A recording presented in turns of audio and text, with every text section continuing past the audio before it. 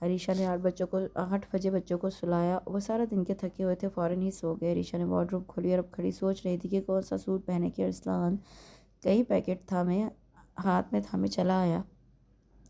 یہ آپ کا ڈریس اور جویلری وغیرہ، پلیز اچھی طرح سے تیار ہوئیے گا۔ ارسلان نے چیزیں بیڈ پر رکھی اور چلا گیا۔ اس کے جانے کے بعد پیکٹ کھولے تو حیران رہ گئی۔ بہت خوبصورت سوٹ تھا، ریڈ سوٹ جس پر نہایت نفیس بلیک ستاروں سے کام کیا گیا تھا۔ دوپٹہ بھی ریڈ اینڈ بلیک کمبینیشن میں تھا۔ اسے ارسلان کی چوائس کی داد دینی پڑی، ساتھ میں میچنگ چوڑیاں تھیں اور نہایت نازک گولڈ کا سیٹ تھا۔ جب اس نے کپڑے پہن کر خود کو ہلکا پھلکا تیار کیا اور آئینے میں خود کو دیکھا تو حیران رہ گئی۔ کیا یہ واقعی میں ہوں؟ اسے یقین نہیں آ رہا تھا۔ بھلا اس سے پہلے کب وہ اتنی سج دھج سے تیار ہوئی تھی؟ ڈریس تو لگتا تھا بنایا ہی اس کے لیے گیا تھا۔ اب اسے باہر جاتے ہوئے شرم آ رہی تھی۔ ارسلان نے 2-3 بار بلاوا بھیجا مگر وہ جھجک رہی تھی۔ چاروں ناچار باہر نکلی۔ ارسلان نے اسے دیکھا تو نظر نے پلٹنے سے صاف انکار کر دیا۔ اس کی محویت نے رہسے اور ثانوی خطا کر دیے۔ وہ خاصی پزل ہو رہی تھی۔ چلیں؟ اس نے ارسلان کو جگایا جو مدہوش ہو رہے تھے۔ ہاں چلیں۔ ارسلان چونک کر مڑا اور باہر چل پڑا اور پھر اچانک واپس پلٹا۔ سوری، چابی اور موبائل تو کمرے میں بھول آیا ہوں، آپ پلیز جا کر لے آئیں، ٹیبل پر رکھی ہیں۔